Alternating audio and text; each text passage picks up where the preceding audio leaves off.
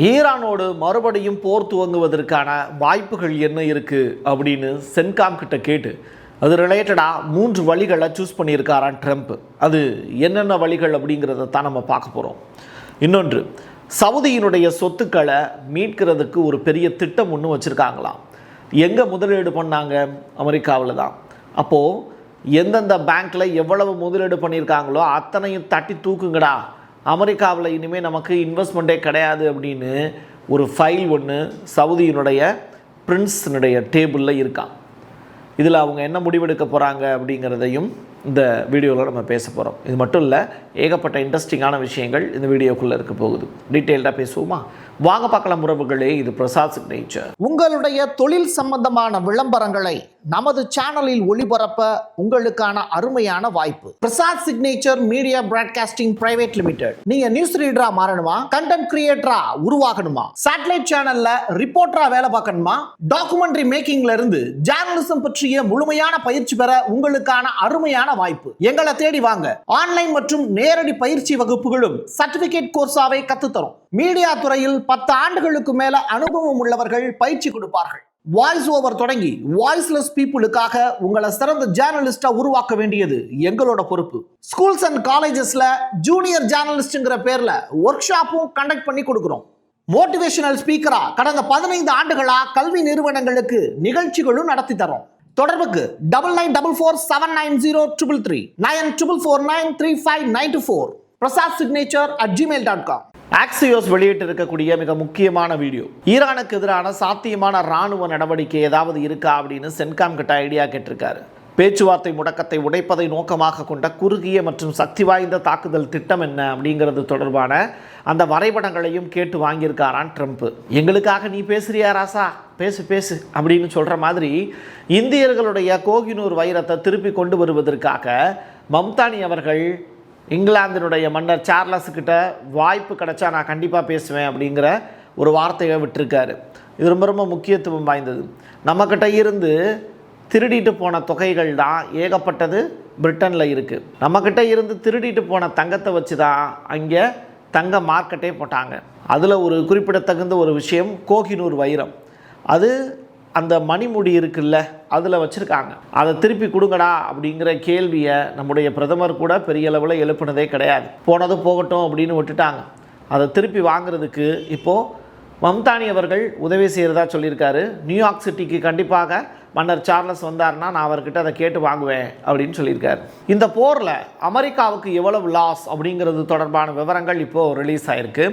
மொத்தமாக 2.3 லட்சம் கோடி, அப்படி 1 கோடி 2 கோடி இல்லை, 1000 கோடி இல்லை, லட்சம் கோடி, 2.3 லட்சம் கோடி செலவாயிருக்கு அப்படிங்கிறது. ஸோ இவ்வளவு தொகை செலவு பண்ணி அமெரிக்காவுக்கு என்ன லாபம் கிடைச்சது அப்படின்னு கேட்டால் 10 பைசா லாபம் கிடையாது. இதுதான் இங்கே சொல்லியிருக்கக்கூடிய விஷயம். முழுக்க முழுக்க இஸ்ரேலுடைய தூண்டுதலின் பேரில் அமெரிக்கா நட்டத்தை சந்தித்து இருக்கிறது. அமெரிக்க மக்களுடைய வருவாய் வரி தேவையற்ற முறையில் முதலீடு செய்யப்பட்டிருக்கு. ஜப்பானுக்கு இப்படி வாரி வாரி வழங்குறீங்களே என்ன காரணம் அப்படின்னு ஈரான் கிட்ட மெல்ல விசாரிச்சிருக்காங்க. அதுக்கு ஈரான் சைடில் இருந்து ஃபாரின் மினிஸ்டர் சொல்லியிருக்கக்கூடிய தகவல், 1980 ஈரானுக்கும் ஈராக்குக்கும் போர் வந்துச்சு. அப்போ எங்களை ஆதரித்த ஒரே யூரோப்பியன் கண்ட்ரி, மேற்கத்திய நாடு எது அப்படின்னா ஜப்பான் மட்டும்தான். ஈரான் மற்றும் ஜப்பான் இந்த 2 நாடுகளுக்கு இடையில் வரலாற்று ரீதியாகவே நல்ல நட்பு இருக்குது. இப்போ சொல்லுங்கள், ஸ்டேட் ஆஃப் காமர்ஸில் ஜப்பானுக்கு நாங்கள் அனுமதி கொடுத்தது தப்புங்கிறீங்களா அப்படின்னு கேட்குறாங்க. நியாயம்தான்.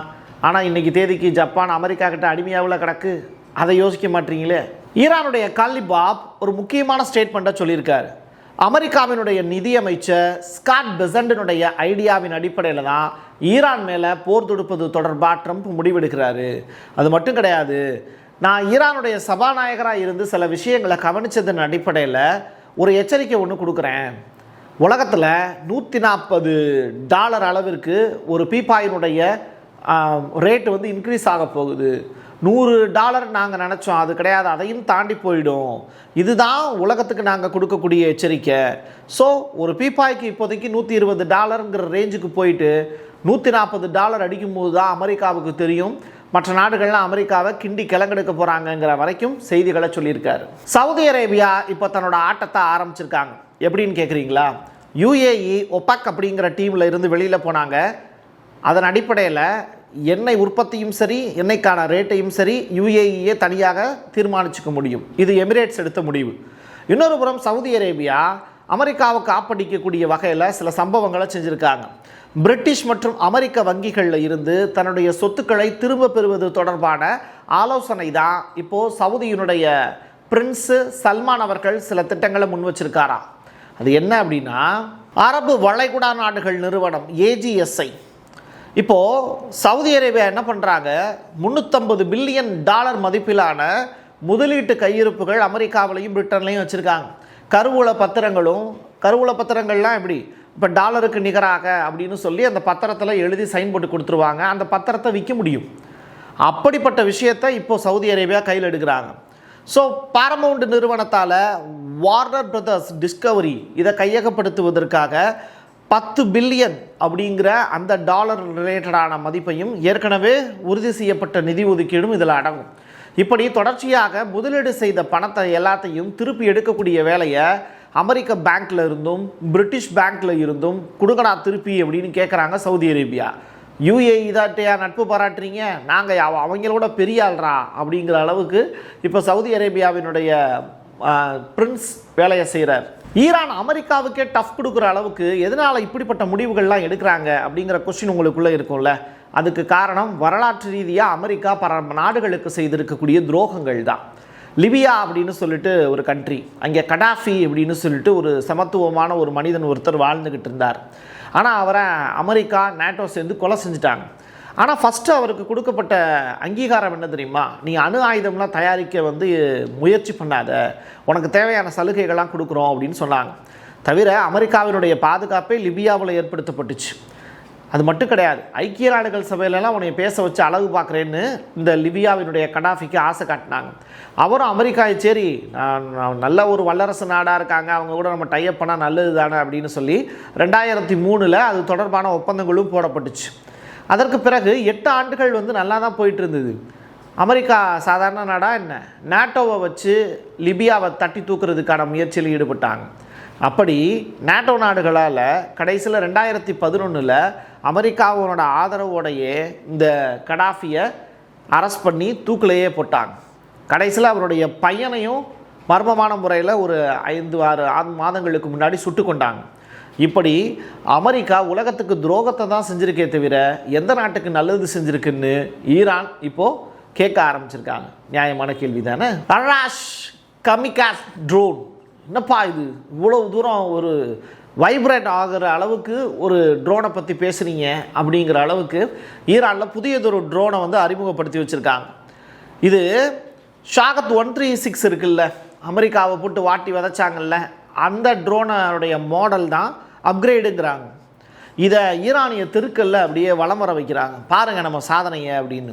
இது தொடர்பாக ஈரானுடைய கடற்படை தளபதி அட்மிரல் ஹாக்ராம் ஈரானி இவர் ஒரு ஸ்டேட்மெண்ட் ஒன்று சொல்லியிருக்காரு அமெரிக்காவை பார்த்து. வரக்கூடிய தலைமுறையினர் இதை பார்த்தாலே, எதிரிகள் இதை பார்த்தாலே இப்படி பயந்துருவாங்க அப்படின்னு சொல்லுவார்ல, அது மாதிரி இந்த ஏவுகணையை களத்தில் அவங்க பார்க்குறாங்கன்னா, அமெரிக்கா பார்த்தாங்கன்னா ட்ரம்புக்கு பக்கவாதமே வந்துடும் அப்படிங்கிற ஸ்டேட்மெண்ட்டை சொல்லியிருக்காரு. அட பாவி, இப்படி இல்லாமல் சொல்கிறது அப்படின்னு கேட்டால் அப்படிப்பட்ட நிகழ்வுகள் இதால் சாதிக்க முடியுங்கிறத அவர் நம்புகிறார். இது தொடர்பாக அந்த நாட்டில் அதை அப்படியே கொண்டு வராங்க பொதுமக்களுடைய பார்வைக்கு. மக்கள் அந்த ட்ரோனை பார்த்துட்டு வாவ் சூப்பர் அப்படின்னு சொல்லிட்டு ஈரானியனுடைய கொடியை அசைச்சு அதை வரவேற்கக்கூடிய காட்சிகளும் அரங்கிடுது. இது எல்லாமே அந்த தியாக மண்டபம் சொல்லுவாங்கள்ல, அந்த ரவுண்டு, அதுலேயே மக்கள் தொடர்ச்சியாக அதே இடத்துல இருக்காங்க. அந்த இடத்துல வச்சு, அந்த சதுக்கத்தில் வச்சு இதை அறிமுகப்படுத்துகிறாங்க. ஆக்சியோஸ் வெளியிட்டிருக்கக்கூடிய மிக முக்கியமான அறிவிப்பு என்ன அப்படின்னா, ஈரானோடு போர் தொடுப்பது தொடர்பாக 3 வழிகள் இப்போ சென்காம் பரிந்துரை பண்ணியிருக்காங்களாம். ஜஸ்ட் நவ் கிடச்ச ரிப்போர்ட்டு. அது என்னென்னா, போகிற மறுபடியும் ட்ரம்ப் தொடங்குறத பற்றி எந்த பிரச்சனையும் இல்லை, ஆனால் நீங்கள் என்ன செய்ய போகிறீங்க அப்படிங்கிறத தீர்மானிச்சுக்கோங்க. ஈரானுடைய உள்கட்டமைப்புகளை இலக்காக கொண்டு குறுகிய கால மற்றும் சக்தி வாய்ந்த தாக்குதல்களை நீங்கள் நடத்தலாம். ரொம்ப ஷார்ட் டைமில் நடத்திட்டு வெளில வந்துடணும். அப்போது இழப்பு யாருக்கு இருக்குன்னா ஈரானுக்கு தான் இருக்குமே தவிர திருப்பி அவங்க அடிக்காத அளவுக்கு அந்த வேலையை செஞ்சிடணும். வணிக கப்பல் போக்குவரத்துக்காக இந்த ஸ்ட்ரெய்ட் ஆஃப் ஹார்மஸ் இருக்குல்ல, அதில் ஒரு பகுதியை மட்டும் ஆக்கிரமிப்பு பண்ணி அதை மறுபடியும் அமெரிக்காவோட கண்ட்ரோலில் வச்சு திறக்கணும். இதுக்கு தரைப்படையினுடைய தேவை கண்டிப்பாக இருக்கும் அப்படிங்கிறதையும் சென்காம் சொல்கிறாங்க. மூணாவது, ஈரானில் இருக்கக்கூடிய செறிவூட்டப்பட்ட யுரேனியத்தை நம்ம திருடிட்டு வந்துட்டோம் அப்படின்னா, ஸ்பெஷல் மிலிட்ரி ஃபோர்ஸ் மூலிமா அந்த ஆக்டிவிட்டியை நடத்தினோன்னா அதில் நம்ம ஜெயிச்சிட்டோம்னா கண்டிப்பாக நமக்கு ஒரு பெரிய ப்ளஸ் கிடைக்கும் அப்படிங்கிறதையும் சொல்லியிருக்காங்க. இப்படி 3 விதமான திட்டங்களை சென்காம் முன்மொழிஞ்சிருக்காங்க. இதில் அமெரிக்காவினுடைய அதிபர் டொனால்டு ட்ரம்ப் எதை டிக்கடிக்க போகிறாருங்கிறது தான் அடுத்த கொஸ்டின். என் கையெழுத்து என் மக்களுக்கான உறவுகளே, மீண்டும் ஒரு பதிவில் சந்திக்கலாம். நன்றி, வணக்கம். உங்களுடைய தொழில் சம்பந்தமான விளம்பரங்களை நமது சேனலில் ஒளிபரப்ப உங்களுக்கான அருமையான வாய்ப்பு. Prasad signature media broadcasting private limited. நீங்க நியூஸ் ரீடரா மாறணுமா, கண்டென்ட் கிரியேட்டரா உருவாகணுமா, சேட்டலைட் சேனல்ல ரிப்போர்ட்டரா வேலை பார்க்கணுமா, டாக்குமெண்ட்ரி மேக்கிங்ல இருந்து ஜேர்னலிசம் பற்றிய முழுமையான பயிற்சி பெற உங்களுக்கான அருமையான வாய்ப்பு. எங்களை தேடி வாங்க.